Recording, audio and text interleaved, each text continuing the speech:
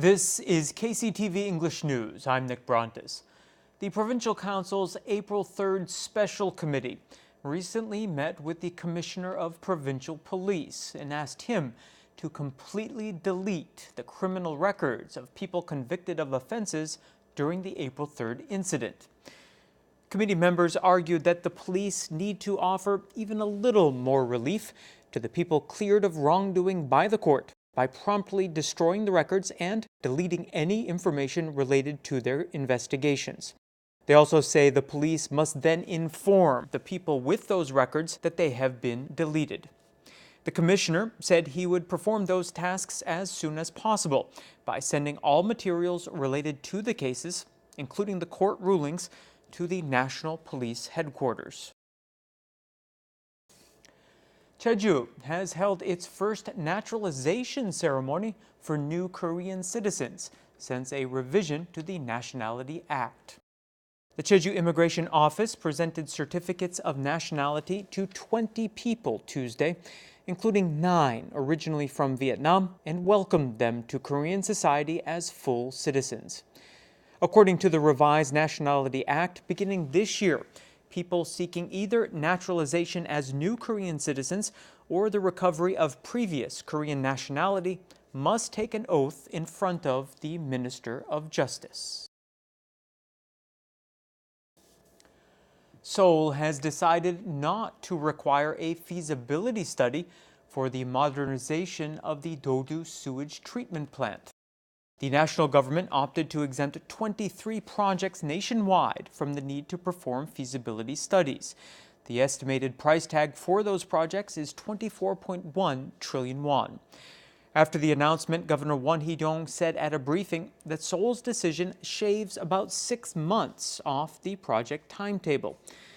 The exemption also means the project is automatically included in the 5-year plan for balanced national development, which makes it easier to secure national funding for the work. The 388 billion won project will boost the daily capacity of the sewage treatment plant from 130,000 tons to 220,000 tons. The province also wants to relocate the entire facility underground and transform the area into a park. The work is slated for completion in 2025. The Provincial Education Office will select a pilot school for the International Baccalaureate program by September at the earliest. The Director of Policy Planning at the office, Kang Sung-moon, said at a Tuesday briefing that authorities are discussing with the IB office the translation of the IB curriculum into Korean and other issues. He said his office would then select a local high school for the program in the second half of this year. The school will be in either an UP or a Myeon administrative district. If the plan goes according to schedule, the IB curriculum will be introduced when students now in their second year of middle school enter high school. The Provincial Education Office says students who complete the IB program will not have to take the College Scholastic Ability Test, and that they will be able to apply for college through rolling admissions without minimum grade requirements.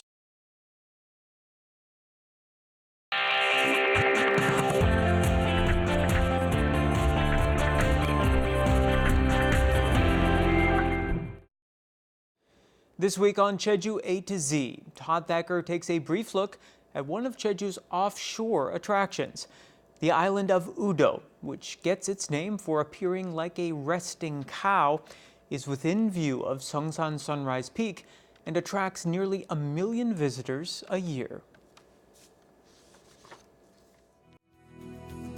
There is a beautiful island off the northeast coast of Jeju, which, though small, seems to have it all.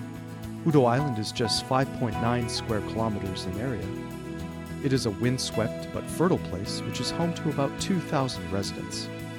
It gets its name because it resembles a resting cow.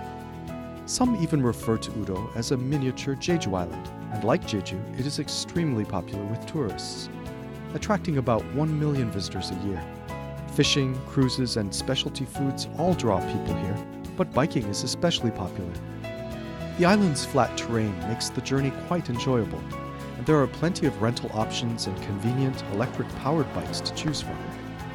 While you're touring Udo, keep an eye out for its famous 8 kinds of scenery, called Udo Palgyeong in Korean. These are dramatic contrasts in Udo's scenery, like sky and land, and east and west. Jeju Ole Walking Trail number 1-1 is 16.1 kilometers in length, and as it circumnavigates the island, is a perfect way to see Udo up close. You can also enjoy lovely vistas of the island from the 132-meter-tall Udo Peak. One of its famous beaches is Seolbyeon White Sands, or Popcorn Beach, which is known for its tiny white coral and designated as Natural Monument number 438. And in popular culture, Udo has been the filming location for such movies as A Love Story and the TV drama My Spring Days. With Udo's popularity has come some necessary changes to how tourists can access the island.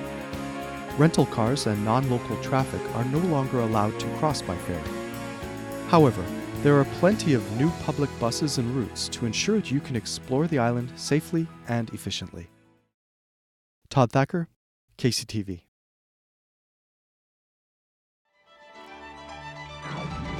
Q80 Natural Park's Plum Blossom Festival is not just flowers.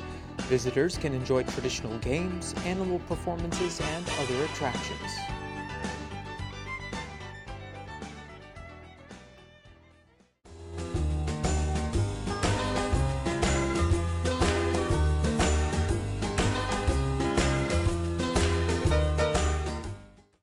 It will be very windy Thursday afternoon, and there remains a 60 to 70% chance all day of up to 40 millimeters of rain in most areas. There could be a few centimeters of snow here in Jeju City, or up to 15 centimeters at higher elevations.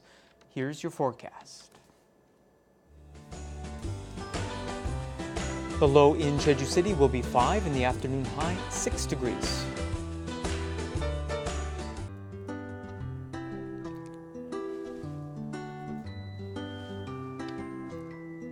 In Seogwipo, temperatures will hover around 8 or 9.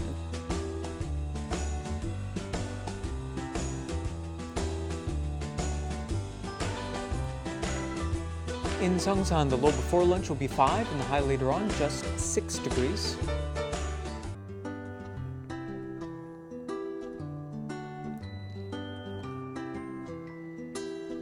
It will be just a bit colder across the island in Gosan.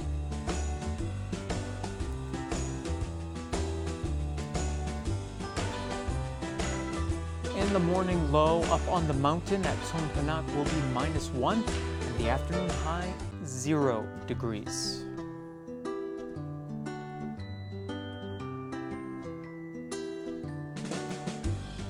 Out on the water, winds will be out of the north and northeast at 10 to 16 meters per second, and seas will be quite rough by times, getting up to 4 meters.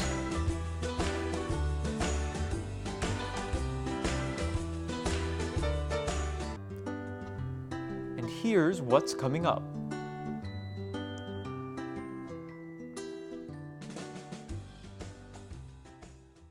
And that brings us to the end of today's newscast. Thank you for joining me, and I hope you'll tune in next time. Until then, don't forget to find us on YouTube by searching for KCTV E-News Jeju. 시청자 여러분, 감사합니다.